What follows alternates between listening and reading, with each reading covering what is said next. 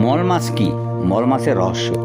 মল মাস হলো বছরে 12টি মাসের মধ্যে একটি অতিরিক্ত মাস, নাম অধিক মাসও বলা হয়।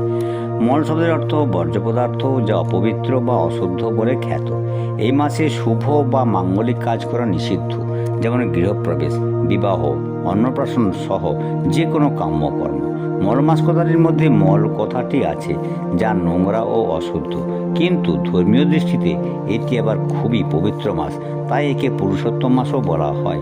বৈষ্ণব মতে ভগবান বিষ্ণুর অতি পবিত্র ও প্রিয় একটি মাস, তাই এই মাসে জপ, তপ, দান, পূজা, ভগবানের নামস্মরণ বিশেষ ফলদায়ক। একাদশী ইত্যাদি ব্রতের যা ফল এর থেকেও বেশি অনেক। এখন প্রশ্ন হলো, মল মাস কেন বলা হয়? উত্তরে বলা হচ্ছে, হিন্দুর চান্দ্র অর্থাৎ চাঁদের বছর ও সৌর বা সূর্যের বছরের মধ্যে হিসাব হয়। পরিষ্কারভাবে বলতে হয় যে, প্রথমত হিন্দু পঞ্জিকায় দু ধরনের গণনা চলে।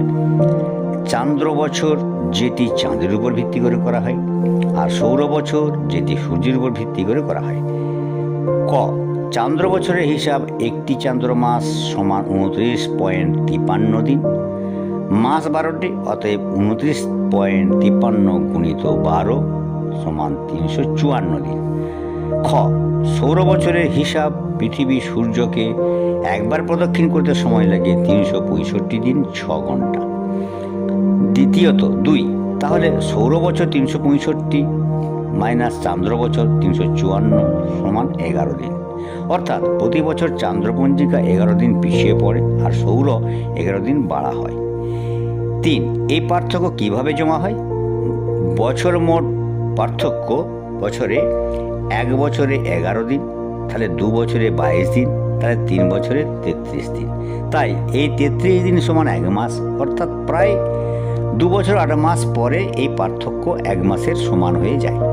4, তখনই মল মাস বা অধিক মাস যোগ করা হয়। 5, আর একটা কথা পঞ্জিকায় একটি মাস নির্ধারণ করা হয় সূর্যের রাশিতে প্রবেশ বা সংক্রান্তি দ্বারা। সাধারণ নিয়মে একটি চান্দ্র মাসে একটি সংক্রান্তি থাকে, কিন্তু যখন কোনো চান্দ্র মাসে একটিও সংক্রান্তি থাকে না, তখন সে মাসকে মল মাস বলা হয়। উদাহরণ, ধরা যাক চাঁদের পূর্ণিমা ও অমাবস্যা হলো, কিন্তু সূর্য নতুন রাশিতে ঢুকলো না, সেই মাসটি হবে মল মাস।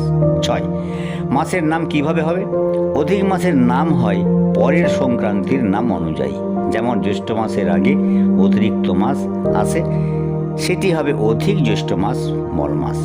7, তাহলে প্রায় 3 বছরে অতিরিক্ত মল মাস হবে একটি, তাই 2 বছর 8 মাস মানে 32 মাস হলো মল মাস।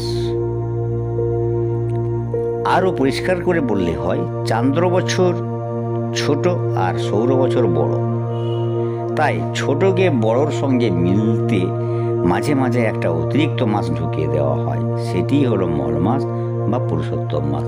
ধন্যবাদ, নমস্কার।